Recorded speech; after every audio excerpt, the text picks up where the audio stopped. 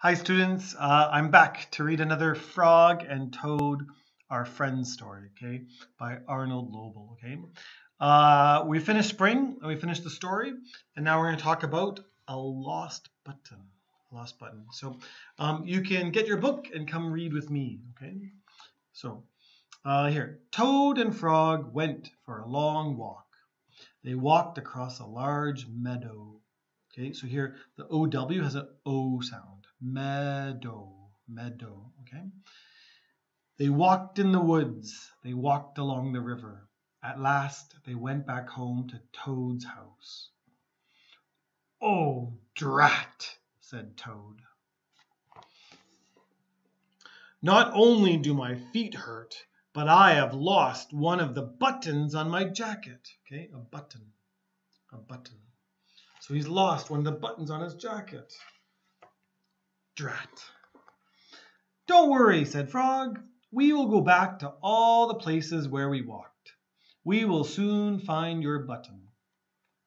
They walked back to the large meadow. They began to look for the button in the tall grass. "Here is your button," cried Frog. "That is not my button," said Toad. "That button is black. My button was white." Toad put the black button in his pocket. Where is it? A sparrow flew down.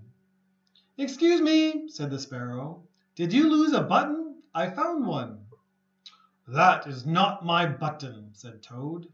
"That button has 2 holes. My button had 4 holes." Toad put the button with 2 holes in his pocket. They went back to the woods and looked on the dark paths. "Here is your button," said Frog. "That is not my button," cried Toad. "That button is small. My button was big." Toad put the small button in his pocket. I think now he's got 3 buttons in his pocket. A raccoon came out from behind a tree. "I heard that you were looking for a button," he said. "Here is one that I just found." "That is not my button," wailed Toad. "That button is square. My button was round." Toad put the square button in his pocket. The raccoon is being nice. Toad is not so nice. Okay? Frog and Toad went back to the river. They looked for the button in the mud. "Here is your button," said Frog. "That is not my button," shouted Toad. "That button is thin. My button was thick." Toad put the thin button in his pocket. He was very angry. He jumped up and down and screamed, "The whole world is covered with buttons, and not one of them is mine." Toad ran home and slammed the door. There on the floor he saw his white, 4-holed, big, round, and thick button. "Oh," said Toad, "it was here all the time. What a lot of trouble I have made for Frog."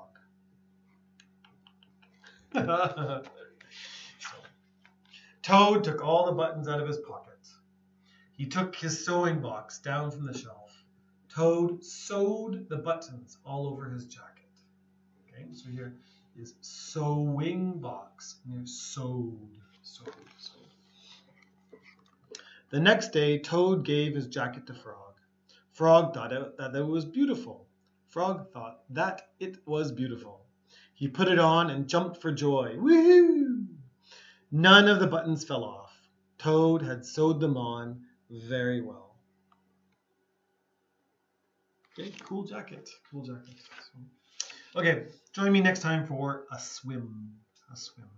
Okay, bye-bye.